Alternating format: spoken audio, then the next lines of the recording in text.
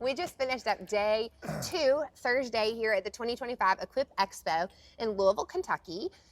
Thursday is always the craziest day. It feels like there's the most going on. I think at one point I was literally running across the show floor. I am Jessica Johnson, one half of the editorial dynamic duo of Power Equipment Trade, and I'm joined by my other half, Dan Shell. We loved today. I am buzzing. I moderated the Power Players Women in the Industry panel earlier this afternoon. Dealer notables, Bree Schultz with Chicanic. She is a small engine repair owner operator in Arkansas, and she also has a massive YouTube following. Sarah Clements Hay of Bob Clements International, our go-to dealership source for training. And then we were joined by a third, Sheila Matthews. She is in the landscaper the landscaper space. And it was just a great conversation focused on authenticity. And I was just really inspired. And it got emotional at a couple points. And Very well done. About 100 people attended, looking at what women face in this industry. It's sort of a male-dominated industry, and how they maintain flexibility, mixing motherhood with employment. And it was really very well done. It had a bunch of audience participation. They asked a lot of questions up there. And to his very well done. credit, one of the things that we talked about was being a woman in a male-dominated industry and making spaces for ourselves. And so hats off to my other half and all those that helped create space for me. But before, like I said, I got too emotional about that. We talked about the innovations and the changes in the industry and how we can, as women, help drive those changes and innovations. Dan, that's something that you noticed when you were out on the show floor, not in the women's empowerment. Now, one of the things that I've sort of looked into here at the show is following along the big issue that's going on in the industry right now is the trend toward electrification and battery powered. And along with that, and with the dealers we visit, people want to know what is going to happen to the batteries. What are you doing with your disposable batteries? What, when they go bad or whatnot. It's a big issue. Some companies have formal plans. Some companies don't have much of a plan. Few companies have a lot of detail on what to do. But it's a growing issue, and if the industry is going to switch over, we're going to need to handle it. I talked to a couple of people.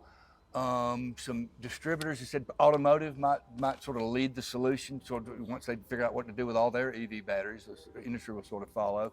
And I know the industry itself there's a task force out there.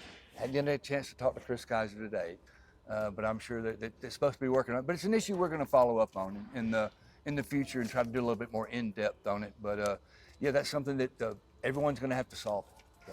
I was lucky enough to have a one-on-one with Don Gow. He runs Crest North America. And that was something that he and I talked about. Crest is 100% battery. Right. And it's expensive. And they'll tell you that up front. It's expensive. But one of the things that he talked to me about was the fact that they have created a power tank. So instead of a gas tank, they have made this battery tank. And so in 8 minutes overnight, you can charge these batteries and have this tank just like a gas. You fill it up at the end of the night. So, it's very interesting to see what's going to end up happening with electrification and robotization.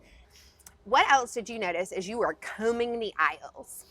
One thing I was looking at as well was some of the attachments and accessories and smaller products. It's not all just the big heavy duty equipment and the big mowers and stuff.